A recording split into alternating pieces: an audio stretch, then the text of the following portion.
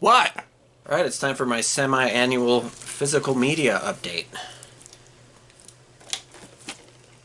Ace Ventura: Pet Detective. This is one of my favorite comedies of all time.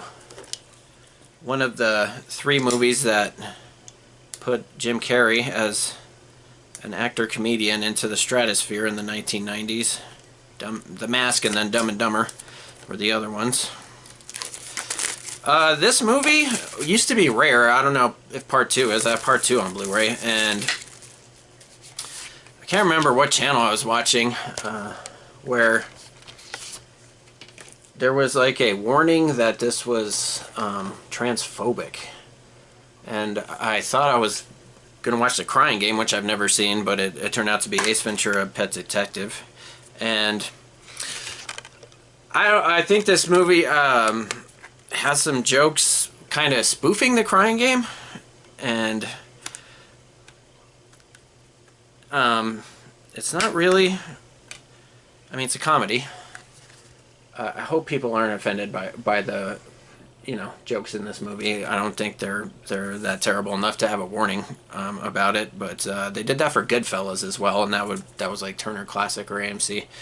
I'm not sure what channel I was watching again with this one, but this is an amazing steelbook. We have a dolphin and the goalposts there. Just hilarity and craziness and chaos from beginning to end with this movie, and I just love this film. And a DVD, $5 bin, September 5th. This is about the Olympic terrorist attack in Munich, which I do not know a lot about, actually. I saw the movie Munich with Steven Spielberg directing, and saw the parts in it, and I know there's a kind of infamous film of a man in a hoodie walking out of the place where apparently they were holding up the Israeli athletes. Faces blackened, climbed the fence, went to the headquarters of the Israeli team. And then something happens at the airport, and I think they all die. They've now said that there were 11 hostages. 2 were killed in their rooms yesterday morning.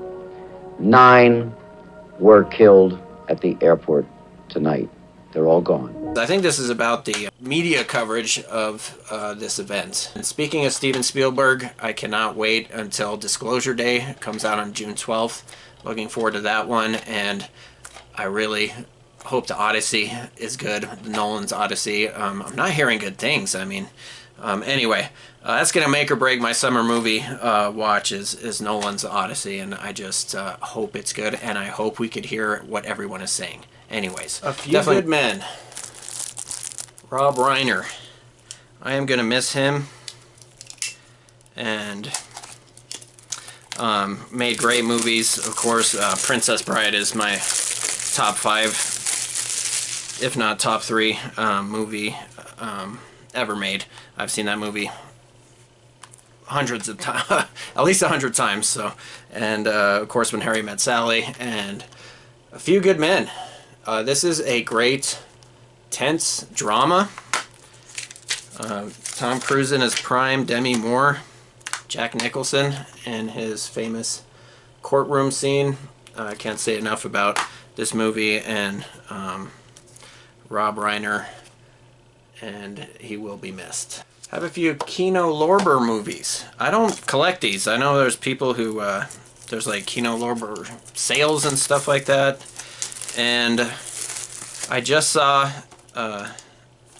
Silence of the Lambs in theaters at a Fathom Events, and it was really awesome. I mean, just a great film. I saw this movie when I was young, and of course it scared me, and it's a terrifying movie still, but I just, you know, when you're a kid, you don't understand the kind of the complexity of what's going on in these movies. Great performances, Jodie Foster, Anthony Hopkins, and also the guy who plays the actual serial killer who's doing the serial killing in this film.